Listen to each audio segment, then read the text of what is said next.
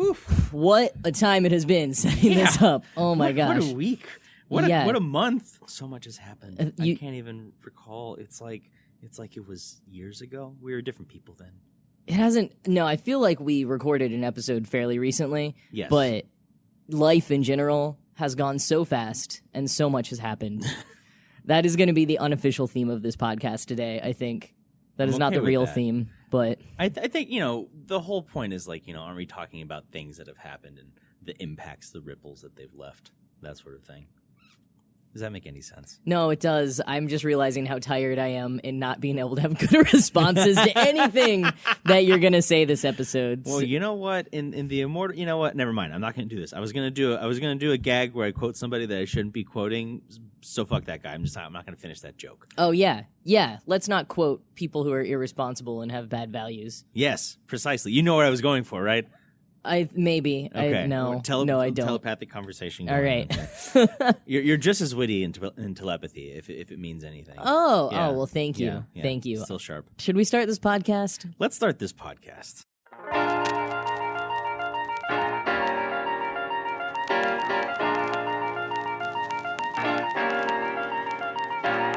Hello! Welcome to Everything's Bigger. A podcast about masculinity for dudes of all genders who ask why. Because we come to find out that when you are a masculine identifying person, it's kind of like getting the awesome Death Star Lego set, and you look at the box and you're like, oh yeah, I can do this. I can definitely handle this. This is second nature to me. And then you open it up and you realize that it's actually really, really hard to build. And there's so many little pieces and so many little things that have to fit into this and things in order to make something that's even somewhat coherent. And even if you have instructions, someone can hand you the instructions and be like, this is what you do. It doesn't mean they're going to make sense. And that's what we talk about on this podcast. The fact that something that looks fun and easy often turns out to be much more complicated. And doesn't make sense sometimes. Does not make sense. I love it. Well, I'm Jackson Bird. I'm Bo Méndez. And today we are going to be talking about Legos and other toys because it is Christmas time. I'm wearing my festive plaid. It's my festive flannel. You can tell because it has the red stripe. Yeah, exactly. Like it's not just green. There's a red stripe on it too. I keep on not even seeing the green. That's how I know I'm colorblind. But yeah, the holiday season is here, and that means... Holiday season. Gendered toys! So many gendered toys. And other gendered things. Yay! Yeah, so we are going to focus in on the unnecessary gendering of toys and other things. And the unnecessary reactions to the way that toys are gendered or not. Yeah, and what they lead to in our world and all of that. So it's a tangential Christmas conversation. It's not directly related to Christmas, but That sounds like the new Netflix Christmas special, A Tangential Christmas. A Tangential Christmas. Ooh, I would watch that Part movie. of their new officially confirmed expanded Christmas universe. That's been officially confirmed? They put out a whole thing today that's like, a Christmas prince is mentioned in this movie, and in this movie, this other movie's on screen when people are watching it, and it's like, guys... Oh, man. Thank you, but also why? I need to dive into that. Do you remember if A Christmas Spirit was included? I didn't see that one. I don't know if it's or the, but it's about a ghost. It's a Christmas romance with a ghost. Wasn't he like killed during the Civil War or something like that? No, I'm pretty sure it was during Prohibition because he was like right, because he had the Prohibition haircut. Well, he went over the border and stuff. Gotcha. Yeah. I did watch The Night Before Christmas, Night with a K, the other night. Oh, and my God, what an experience that was. Is it like medieval times era? All right, a knight, in order to find his true purpose, the quest that he's meant to go on, befriends an old woman in the forest who he keeps on referring to as Crone, by the way. Rude. Very rude. The Crone sends him forward in time to the present day, where he's then thrust into small-town Ohio life. You know I love time travel. And learns important things about himself in the process. Wow. A night before, or the night before? The night before Christmas. The night before Christmas. I have so many movies that I need to watch this season. So little time. So little time. I'm keeping my eyes on a time I've set aside for myself. I'm taking an extended holiday break, which to most people is just a holiday break, but for me it's... we call that a vacation. A vacation, yeah. It's a staycation, hopefully. But I'm keeping my eyes on the prize for that. Because we've been talking about it. It has been a super long week, super long month. We've both had like a lot of good stuff, but it's been a lot. Like what are you doing to get through? I mean, I'm just keeping my eye, like you say, keeping your eyes on the prize. I know that the programming season at my job will be done next Thursday, and so I just keep on like counting down to that day. It doesn't mean that I'm going to rest. It means that it means I'm going to take a break, but hopefully it means that I get to focus on other things and just keep on coming back at it. Because right now I feel like I'm at the end of my rope, and that's not a good place to be. But yeah, so I'm focusing on that, and I know that I'm gonna finally got my travel plans firmed up and go visit my family in Colorado, which I'm super excited for because I'm going to see mountains and I'm gonna pretend like I know how to ski or snowboard. I'm probably not going to do either of those things, but I might buy like a Patagonia vest or something like that to look the part. I'll stand on a balcony somewhere drinking hot chocolate out of one of those like tin mugs. Oh yeah. Well, you could take the one that you got on our cabin trip. Yes, yeah. It was very thoughtful. So yeah, that's what's keeping me going, and the fact that like one of the busy things that I'm going to be doing is heading to the studio with my band, and that's going to be hopefully yield a really great product. Yeah, that's super exciting to be going into the studio. Yeah, so I'm Mad Phoenix. Mad Phoenix. I'm just latching onto the fun parts of all the chaos that's going on. I am trying to do that. Most of what I'm doing is fun and, holiday filled and all of that. But one thing did happen today. Oh, yes. Please tell me. I can see the look on your face. That there's a story. It's not too much of a story, but, I'll start with this. So, Bo knows this, but for anyone listening, our 4 listeners, every year my roommate and I host a holiday party, and it's a big, very fun affair. It's one of the highlights of the year. Oh, thank you. I'm not even being facetious. Second to your Halloween party, I would say. But it almost, and actually this has not been confirmed to not be true yet, but today it almost got canceled. Okay. So we live in a house that is us on one level and our landlord on another level. Mm-hmm. And our landlord, interestingly enough, beneath us, has been having a leak in her apartment for a very long time. Many times it rains. Okay. We have never had a leak. But today, after months, they finally found the source of the leak.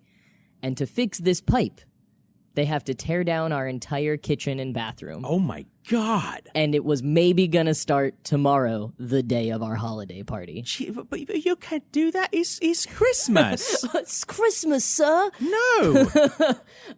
Yeah, I think hopefully we're gonna wait till next week. And they claim it's only gonna take 4 days, but I know how these things can extend. Yeah. And also I feel like their part's gonna take 4 days. I'm unclear if are we getting a new kitchen? They're just gonna fix the pipe and just leave your kitchen in rubble. Like, all right, thanks, guys. Like I have so few details right now. I just have stress. Oh, I'm very stressed about it. So that's the not fun and festive thing that is filling my mind now. Oh. But what are the holidays without stress? I mean, it's true, right? This time last year we were literally moving into this apartment like last minute because our old apartment, our landlord sadly passed away. So, this is just par for the course for me of having housing issues around this time of year. Yeah, it's always a struggle in the city.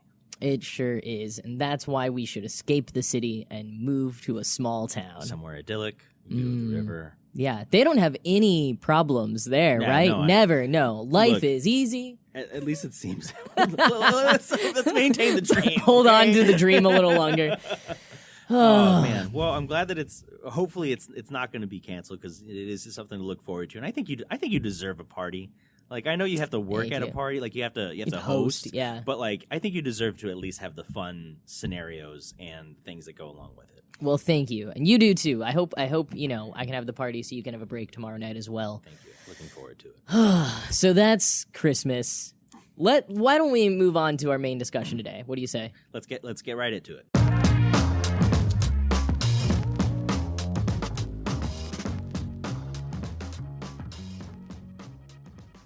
Again, like we've mentioned a billion bajillion times so far, that it's the Christmas season. I'm not particularly religious, but I do. Christmas and the holiday season in general has a really special place in my heart because people they're kinder and they're a little bit more generous and they're more compassionate. And there's just that kind of, I think that like the spirit of giving is real. It's a tangible thing that you feel at this time.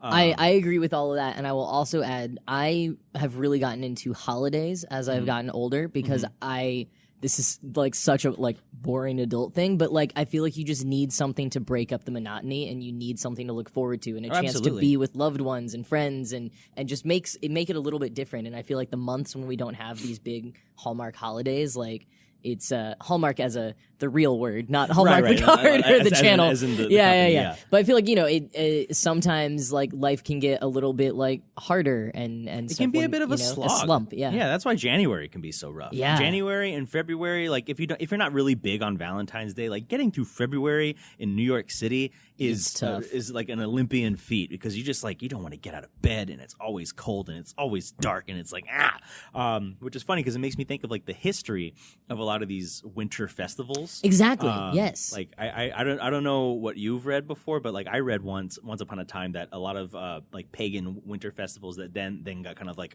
you know, colonialism and missionaries happened. They all got rolled up into Christmas, right? And like saints' days and whatnot. But a lot of them started as like these celebrations because you weren't sure how many people were going to make it through the winter, so you figured you might as well have a party now. Yeah, it's like times were so dark you had to sort of create something to uplift them. And of course it's not as extreme for most of us in privileged situations nowadays, but there's still an element of that, I feel. Like it's a long, dark winter. I think that it's like an ingrained cultural memory that we carry around with us, that we just need something positive. And, you know, maybe it's a good juxtaposition against this kind of like harsh and weary time. Weary, dreary, whatever, sad. I mean, all of those in a way. Maybe it's a juxtaposition against that kind of attitude to be like super giving and super compassionate and like that sort of stuff. So I love this season because of that. Same. Second only to, of course, everybody knows my precious spooky season. Yeah, Halloween's the best. Yes. But it does make me think of like, you know, giving is great. I'm also kind of a fan of getting, less of a fan of getting, and it made me think. Just gets me thinking about the kind of toys that I used to get when I was growing up. And so I just kind of want to start off with like, you know, what did we get? What did we get when we were kids? Yeah, I mean, I feel like probably opposite toys is what we got. I do think that could be an interesting way to go. Yeah, depending on like what our experiences were, but I think that illustrates also what society thinks of the roles that toys and that play in the lives of kids as they're growing up. Yeah, I mean, I think all of my favorite like childhood pictures are ones of me on like Christmas or birthdays being told to like hold up the toy that I got to take a picture to send to the out-of-state relatives, and it is inevitably a picture of me like dressed in my brother's hand-me-downs, which is the clothes that I liked wearing, and holding up like a dress or a Barbie doll or something. And it's like, it's very clear that these two things don't match. And they can for some kids, and that's awesome, but like for me, it wasn't the case. So like, you know, being trans, having been raised as a girl, like I got a lot of toys that I didn't there were definitely some I really didn't like and I really didn't appreciate. But I do have to say, like, I had a lot of dolls, and I liked dolls. I mostly liked just naming them. And my favorite thing to do with dolls was to like make them pretend to eat cans of beans and then throw them across the room while making fart noises. I thought that was really great. Which is great because one of the articles that I pulled up about like gendering toys is called Sparkle Unicorns and Fart Ninjas. Yeah, I turned my Sparkle Unicorns into Fart Ninjas. There we go. That's what I did. Yeah, why not have both? Which gender are you? Sparkle Unicorn or Fart Ninja? Yes, the two genders. The two genders. But one thing I did want to say with like the doll thing though is like, yes, I liked them because I had them. I don't think I would have asked for them had I not, you know? Because I think another interesting thing to think about is like, what did you want? So like, what toys did you get? But were there ones that you maybe wanted that you didn't get? Yeah. So I like, my parents are, and Santa, if he's listening.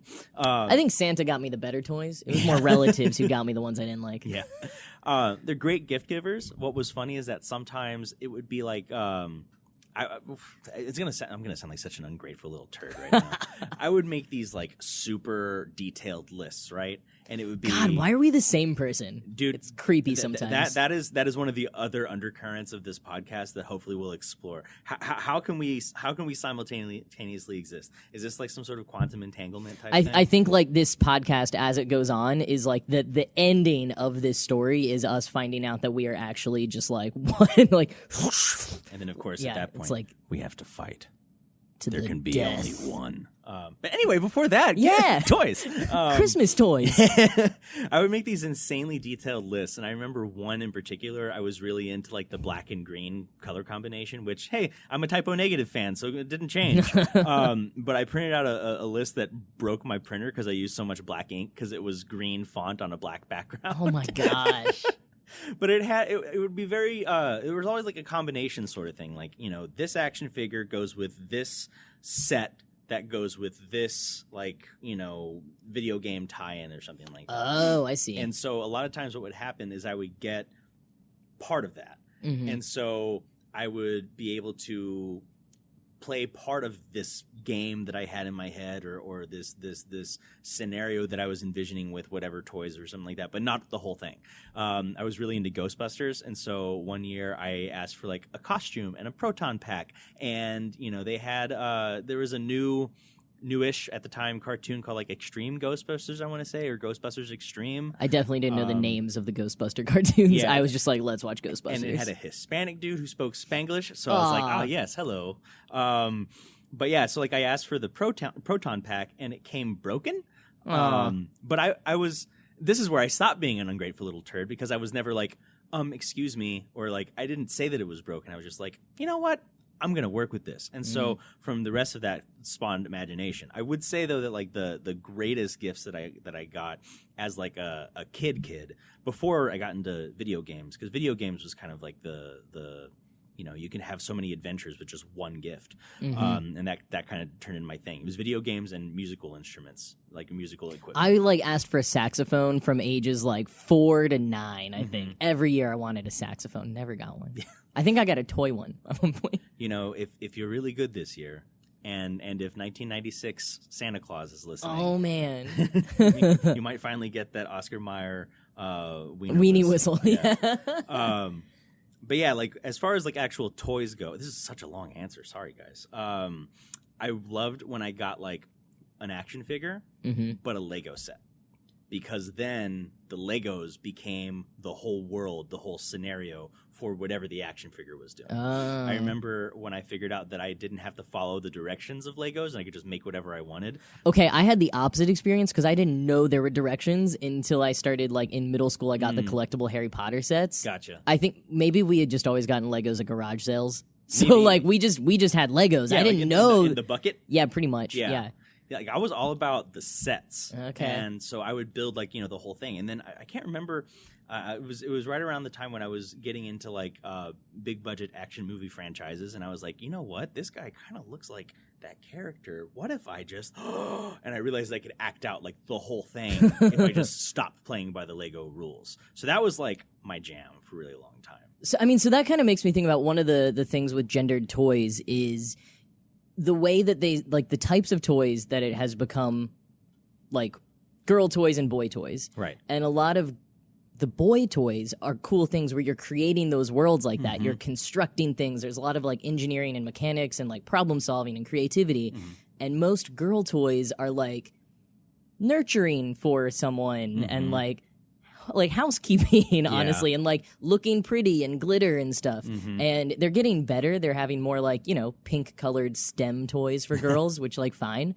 But They gotta be pink. Yeah, but there's still sort of that divide that's really upsetting. And so, like, even just in what we were talking about of, like, the toys that we had, like, I was given dolls and I tried to come up with something creative and didn't have much, and then you were like, and I created this whole world and I had the action figure in it. And I'm like, cool, I didn't even never think to do stuff like that with toys. Yeah, it's kind of interesting because when I was growing up, I actually had envy of the designated girl toys.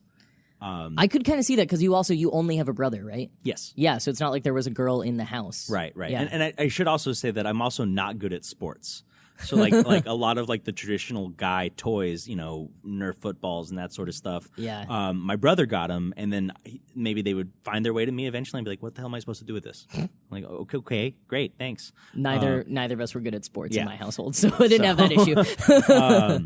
That's not to say he was good at sports. If you're listening, I'm kidding. He was actually a pretty good athlete. He was a pretty serious athlete, actually. But yeah, so I would watch commercials for a lot of, you know, Cartoon Network. It would just play all the different commercials, and like it seemed to me like the guy toys were always just kind of like updates of the same thing. It's like, cool, so you have last year's action figure, and now it's the same character, but they do more things, and maybe they have like a different gun or something like that. Whereas I remember this one thing in particular was like this, it was like a Polly Pocket branded like spy kit. I forgot about Polly Pocket. Yeah. Spy kit, though. And like, well, of course, it was spy, but it was definitely marketed as gossip, which is something that we can get into later. You gotta have all of that kind of language. But it was a makeup compact, or at least it looked like one, and you could open it up and hit a button inside and record things. So you could record conversations. And it's like a yak back. Yes, actually, yeah.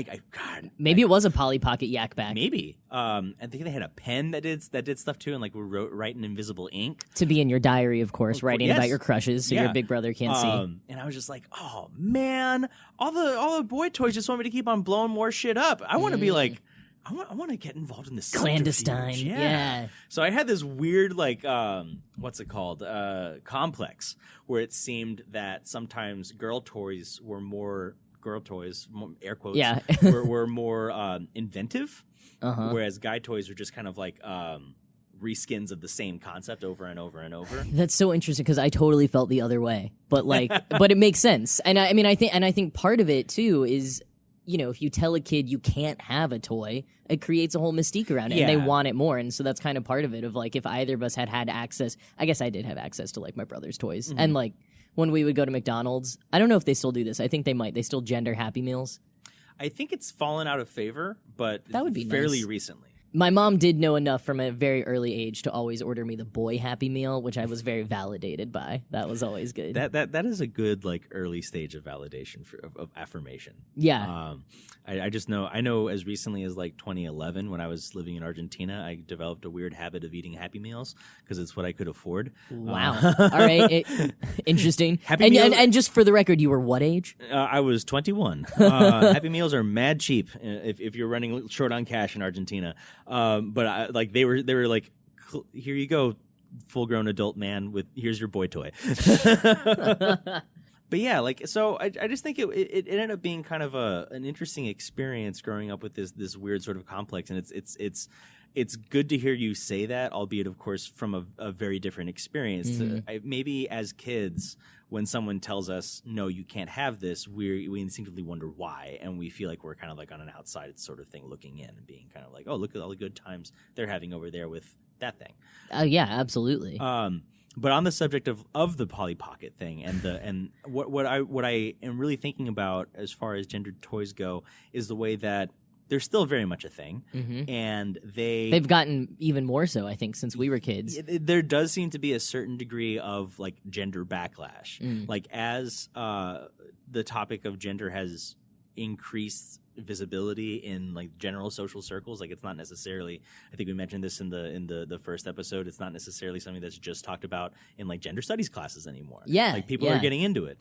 I do think that there is a certain degree of like a backlash, and some people, toy makers, business people, people who sell toys are probably they're like doubling down. And it is interesting to think about what these very specifically gendered toys can instill in the people that are the kids that are playing with them. Because like, so I opened up, one of the things that I pulled up in researching for this episode was a report from an organization called the National Association for the Education of Young Children, which sounds very official. It sure does. It's a .org website, right? It is. That used to mean you could trust it. Yeah. But essentially what they're getting into is that a lot of the toys that were associated with being for boys were related to fighting or aggression. On a lower scale, they were also related to creativity and construction, like you mentioned. Whereas the girl toys were dolls, accessories, makeup, jewelry, things that are appearance related. And I do think it's interesting thinking back to that Polly Pocket thing, or whoever actually made it. It wasn't, be a cool spy and get the information that you need to fix the problem. It was, now you can talk shit about your friends, and it's less likely that they'll find out because it's password protected, this little Polly Pocket makeup recorder thingy. Yeah, it's the whole thing of like, we're encouraged, like, we're making these because this is what the kids like this is what girls like, this is what boys like, and it's like, yeah, but that is true in some cases, but also there's a huge element of society has decided this is what girls like and what Right. boys like, and if this is what you give to them, that's going to encourage them continuing to, think like that or be interested in those things. Yeah, and I think we see that, like, even in the companies that have made kind of like greater strides to be a little bit more inclusive. One that comes to mind is Nerf. So, all right, Nerf has, you could consider this a con in today's day and age, is all their toys are guns. Yeah. The whole point of Nerf is point this at somebody and shoot them. Right, true. Which has an entire other ball of wax we could get into at another point in time, probably. But I did notice that they introduced a Nerf for Girls line. And why? Nerf was already for girls. It was for everyone. But it wasn't purple and it wasn't pink. It's got to be pastel colored. And so, like, for every stride toward the inclusivity of the object itself, there's still this kind of like, okay, cool, you can have this thing, but don't forget that you got to like it like this. And you can't have it like this. Yeah. So I want to talk about some of the more like radical steps that have been taken for like positive, debatably, like gender inclusivity in toys. But first, should we like back up and talk a little bit about like the history of how we got here? Because we were saying like it's gotten a little bit more extreme in the binary gendering of toys even in our lifetime. But like, in our parents' day and age, it was not nearly as bad. There's so many like ads I've seen from the 70s of like girls in very unisex clothing playing with Lincoln Logs. Yeah. And so I mean, I think you probably know why. So this is my leading question of like, how did this get started? Oh, geez. Oh, maybe I you wish don't. that I knew why. I would There's say, lots of reasons. Well, I mean, yeah, if you look back just at like history, you can kind of like pick up on a couple of cues. If you're thinking about those types of ads in magazines in the 60s or the 70s, this is post-World War II. We're kind of experiencing this idea of the Pax Americana, even though Vietnam is either bubbling or about to break over.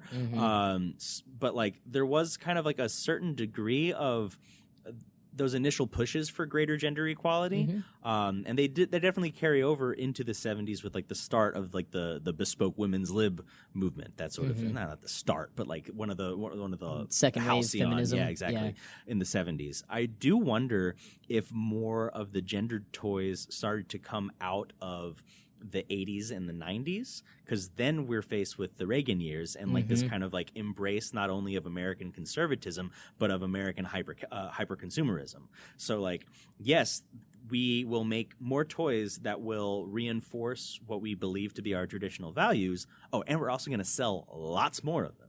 Well, so just briefly, the selling thing is what I was trying to lead you into, is because I did hear around like the 50s and 60s, that was when toy makers discovered like, ooh, if we make them in like boy colors and girl colors, families will buy 2 sets of everything. Yes, there's that. But I mean, as far as the gendering thing, if I can find the article I read a little bit ago, I will link to it in the show notes. But I think it's based on a larger book called Pink and Blue: The Gendering of America, something, and I'll find that too. But the author of that was talking similarly to what you were just saying of how we see sort of the gendering of toys and children's products and all products like in response to kind of the fears of society at the time.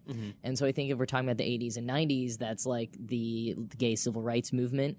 And now we're seeing a further backlash to make them even more extreme, because there's the whole like existential fear of trans people happening. And so like that's sort of been some of the factors causing it. Yeah, I think. that's where I think some of this like doubling down and like, no, you can't have this because you are this kind of like thinking is coming through. Yeah, and I mean, that gets me into thinking about some of these more radical like things that we've seen for gender inclusivity, because what's funny is like, we can talk about how as these ideas of gender inclusivity and gender diversity are becoming more mainstream, that's good in some ways, sort of down the middle in the mainstream, that's good. And then you've got the backlash from more traditional thinkers, and then you've got the even more progressive thinkers who are like, this is not good enough. So there's been you sent me an article about a gender neutral doll, and I think I've seen a few others of those from different brands too. But the thing that I keep hearing from people is that like it shouldn't be like boy, girl, and gender neutral, because that sort of perpetuates the idea that non-binary is a third gender unto itself, and not or like this kind of like lack thereof. A lack of gender, and like what is androgynous, and it's like instead of the idea that like non-binary is like an umbrella term, And there can be even things beyond non-binary, but just having the gender neutral doll ignores the like infinite number of genders and ways to express them, and also still limits the boy and the girl toy or doll, the boy and the girl doll, the man and the woman doll, by saying that, well, if you are a boy, this is the only way to be a boy, and if you're any different than that, then you're either the girl or you're the gender neutral. And so like we're still not helping boys, especially, I think, like be comfortable with being feminine. That's an interesting thing to bring up, and it reminds me also, I've seen a little bit of conversation about this around like clothing sizes, which I know is not what we're talking about right now, but there have been a lot of companies that have been kind of patting themselves on the back for like, we have a gender inclusive unisex line, but it's just the men's sizes rebranded. Yeah. I mean, I think there's a huge thing, and this could be my own filter bubble, but I often see like androgynous is usually white, thin, able-bodied, but like assigned female at birth people. It's like trans masculine people or something like that. You don't see as many of the like trans feminine people when we're talking about androgynous people or non-binary people. And that, I think a lot of those clothing lines are guilty of that. Yeah, and so like the whole thing, whenever I see something that is not like overtly oppressive, like it's not beating down your door and dragging you out to the street oppressive, but it's like it's kind of dehumanizing is the word that comes to mind, or just non-affirming, I guess, is when you kind of flatten things into those kinds of categories. Because like what I would love to see in like a gender non-conforming doll or something like that is like a femme doll, a feminine-looking doll with a big old bushy beard. Right, because that person just happens to have hair follicles there, and they get a beard. Yeah. And so, like, that would be interesting. But, like, I at the same time, I understand that when you're in a business and that sort of stuff, you have to kind of, like, aim wide, kind of, like, hope you could get this, like, wider middle swath. And you end up alienating people. Yeah, and let's be realistic. All of these companies that are doing the gender-neutral dolls were probably doing it for their bottom lines, too, not out of any, like, actual inclusive for the aspirations. Same reason why the gendered toys came to be in the first place. The opportunity to sell another toy. Yeah, it's like, oh, we know that this will look good with certain audiences if we do X, and therefore we will do it, and there will be headlines written about us, and we will sell these. And that, for some companies that have done it, that will be better than the backlash we face from the people for which even this is too much. Yeah. Let alone the kind of gender inclusivity we would actually like to see. Right. But and at the same time, I understand that that's kind of hard to it's hard to accomplish. Yeah. But that is, in that same thing that I brought up with the organization for educators, in that same article they were talking about, first off, this is a characteristic that is adopted by many of the masculine branded toys, but they're suggesting that if you really want to like bring play into a kid's life in a way that is positive regardless, because it's not instilling necessarily a value, you do so with like a creative toy.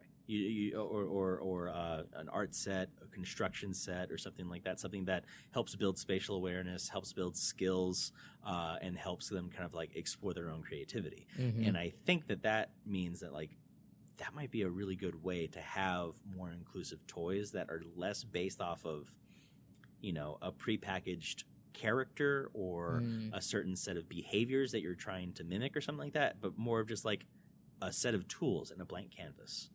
Yeah. And, in a way, going back to what you were saying about how you kind of felt that some girl toys were a little bit more creative, that is what Barbie did a lot in the start. There's so many problems with Barbie, and they're taking the corporate steps to try to be more inclusive. But, like, Barbie had so many jobs. She wasn't, like, the action figure for, like, she wasn't a Ghostbuster who has one job and you adhere to the story. It was like... one job! Murray, you bust ghosts!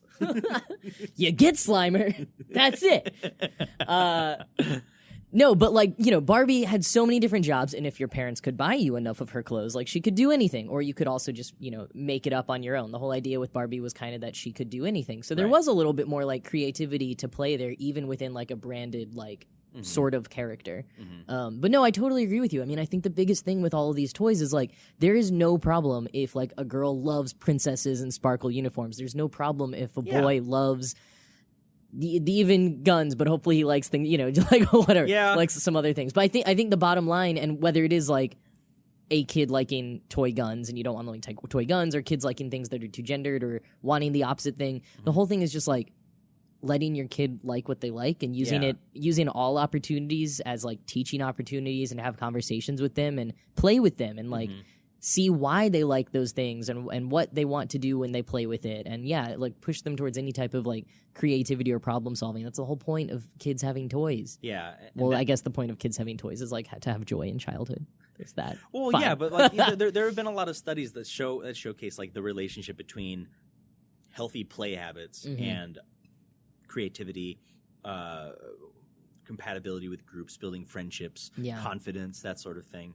So like it is the overarching basic sense of childhood joy, but this pathway of joy, this foundation of joy, ends up being what you kind of like build your personhood off of. Because of the things that you learn to do. Like another example from my memory in which some of the roles were flipped. One of my favorite toys it was mine, but it wasn't mine. It lived in my grandma's house, and it was actually my mom's. It was an old hand-me-down that was a McDonald's playset. Where you had little pancakes and little biscuits and That's little burgers awesome. and a little range. And what I would do is just like I would make people's orders. And now because of that, I have this like this surprising deep-seated respect for short order cooks. Wow. And I love the idea of being a part of like, that's why I like hosting parties, is because I get to like make people's drinks or make people food or something like that. And it feels nice to be again, going back to like the traditions and the values that are being instilled by toys, to be nurturing. And that's something that I think was definitely in at least the fact that it belonged to my mom and then came to me. It was first a feminine, lens toy that I kind of like, that lens sort of shifted as it came over to me. Yeah. There's just so much to unpack with gendered toys. Yeah. And we're not even parents, and I can only imagine how much more challenging and whatever it gets to be parents. Like I've watched a lot of my progressive friends just try to have their kids not have the princess phase, their girls especially. And then they do, because like they're getting exposed to it everywhere else, and they're cool. Yeah, like there's nothing wrong with it. And I think that's a little bit of the overcorrecting of again, like let the kid like what they like and be a part of it with them. Yeah, and help them grow in whatever that maybe they'll grow out of it, maybe they'll grow into it, maybe they'll grow with it, and it'll just turn into something else that becomes another part of facet of their personality. I mean, it's good that you brought up the fact that neither one of us are a parent yet. Yeah. Which I think is also why we're talking about our own childhoods and not present children. But it does make me think about like what the future is going to be like. There are a lot more game-based toys that are coming out these days too. Yeah.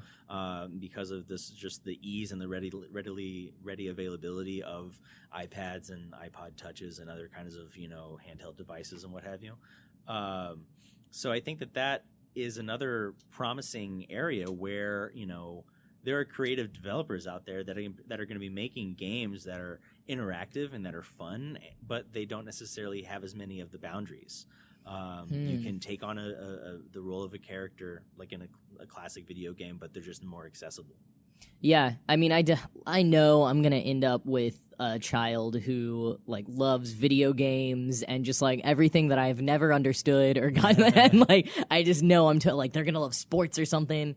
It's gonna be so hard. I think that's one of the challenges too as parents is like you don't know what this human is gonna be like, and they end up having interests that maybe you don't understand or you never had, and so like that's one base level of a challenge. And I think especially when we get back to thinking about like dads and sons and masculinity of like if you've got a son who's asking for a doll or even less than that, I don't know, like a cooking toy or something. And if you were raised in this way where like that's not okay for boys, then like first you have to like unpack that within yourself. Yeah, I think there's a really good example of that in a viral video that has gone around of like I think this guy's kid wanted to be Elsa for Halloween from Frozen. And so the guy, this would have been in so many people's experiences, this would have been no, you can't be Elsa. You have to be whatever the guy's name is, Kristoff, I want to say. Yeah, that's one of them. Or at least Olaf the snowman. Yeah. And this kind of like masculine role would be kind of like forced upon the kid. But instead, this dad was like, okay, Cool. So he got the kid an Elsa dress, and then he got himself Oh, an Elsa dress. This is one of them like dancing. Yeah, and they're dancing around Yes! singing "Let It Go," and it's just kind of like, yeah, man, kids are weird. This Halloween, somebody's kid went trick or treating as a pair of pants. Yeah. Like just let your kid be weird and kind of steer into that. It's an opportunity for you to get weird too, and it can be really fun. I think. And so, of course, that sort of stuff always fosters backlash, though, and that's where we see this strange ingrained toxicity making it, rearing its head. Another example of that I added to the show that I'll add to the show notes for this is the backlash, the ill-conceived backlash to a supposedly gender-neutral gingerbread man shirt. Oh yeah.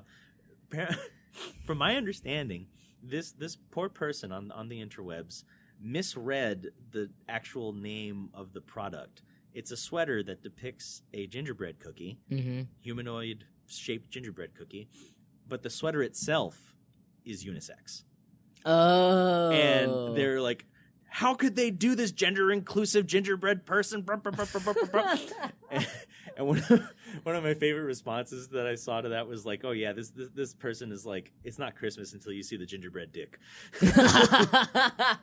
Just like somebody being so caught up in the need for something to fall into kind of like a narrower, it's a cookie. Yeah. Into a narrower idea. But they've always been called gingerbread men. Yeah, I need them to be called gingerbread men. And at this point, it's not even a cookie. It's a cartoon of a cookie. Yeah. It's the painting of, this is not a pipe. It's not even a cookie. Right. It's not, and there was just such backlash to it.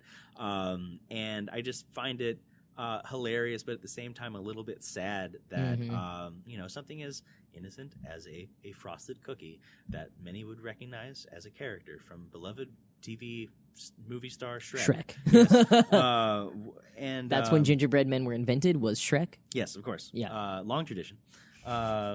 But yeah, so it's just interesting to think about the ways that we can experience this gendering of the toys, the gendering of other elements of the holiday traditions, and how, I don't know, I'm not entirely sure where I'm going with this, but just the fact that like it's a joyful time.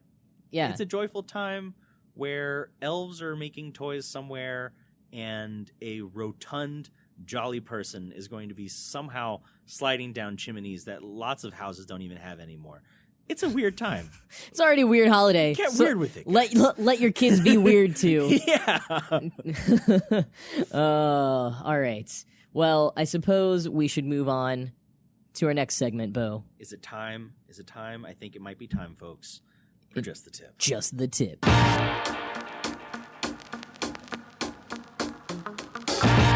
All right, well, if you are a new listener, which you probably are, because this is episode 2. If you've been listening for 3 years, please tell me.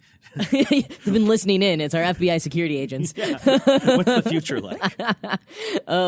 So Just the Tip is our time. We get a minute each to shout into the void, to express an emotion, a thing that has been grinding our gears this week, whatever it is. And it could be something that we're like mad about, could be something we're really excited about, could be something, I don't know, we're sad about. The whole point is, as men, we are not encouraged to express our emotions. And so we wanted to have this segment, to have a time, with the safety of 2 microphones in between us, to express our emotions. Yes. But just for a minute each, because we can't get carried away. Of course. Baby steps. Baby steps.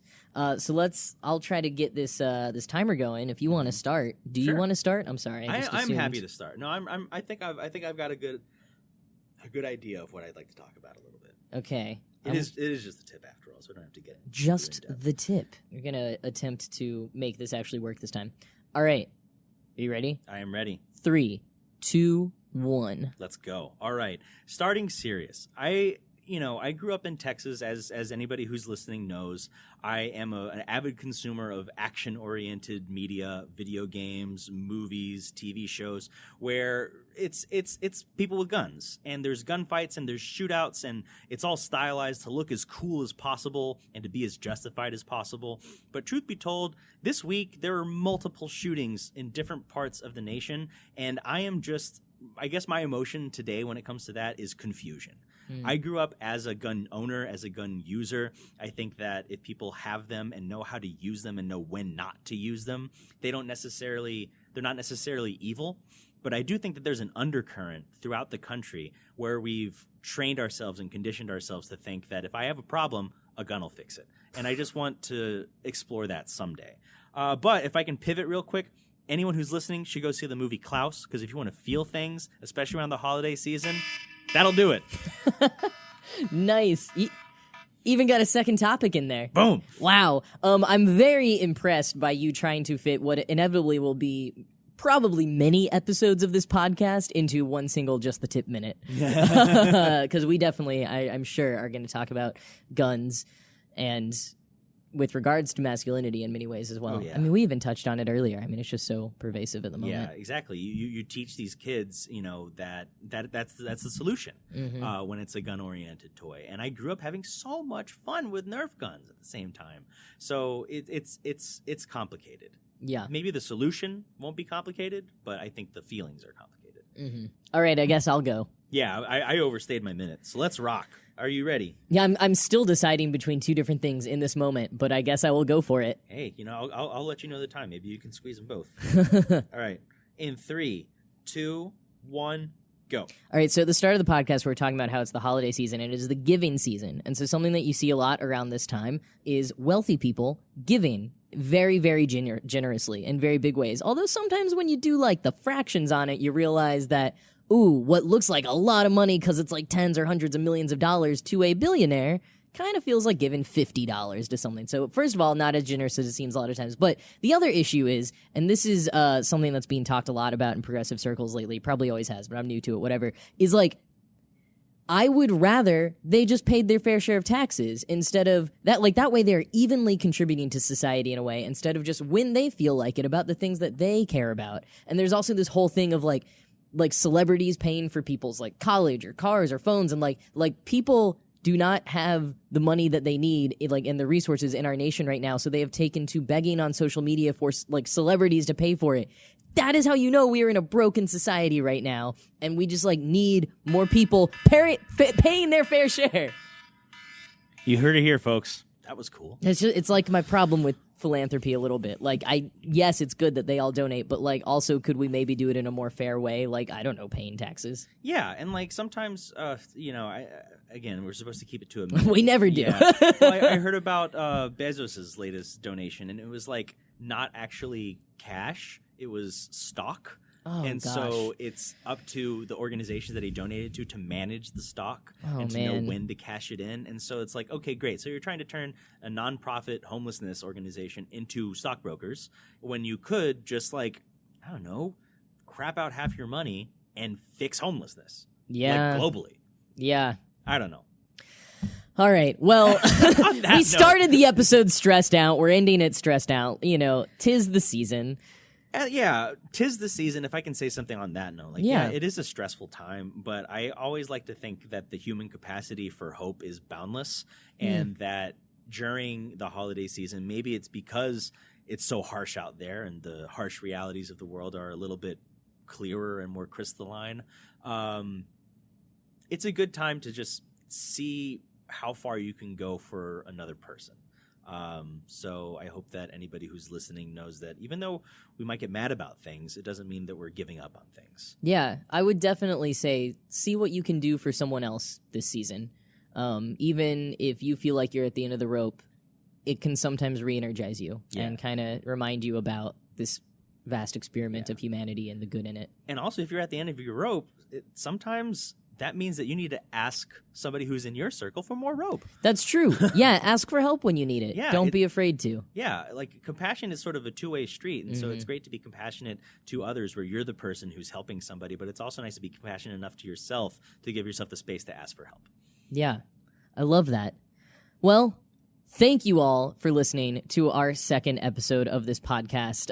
You can listen to this podcast. I guess you're already listening to it, but if you were listening to it somewhere that you weren't happy with, you can listen to it, hopefully by now, on Apple Podcast, Google Play, Spotify, and YouTube if you want to watch the video version. And also, if you want to get in touch, if you've got anything to add to our conversation, you can do that by emailing us at everythingsbigger69@gmail.com. Or you can also leave a rating on Apple Podcasts. Leave a rating and review if you don't mind your feedback being public. Maybe we'll respond to those in the future if we ever get any. But also, leaving that rating and review helps us get discovered by people on Apple Podcasts, so it's very helpful. But where can they find us online? You can follow us on Twitter and the Instagram.com over at BiggerPod. It's the same across both platforms, and you will be seeing our dormant social media feeds lighting up like so many Christmas trees. Yeah, I love it.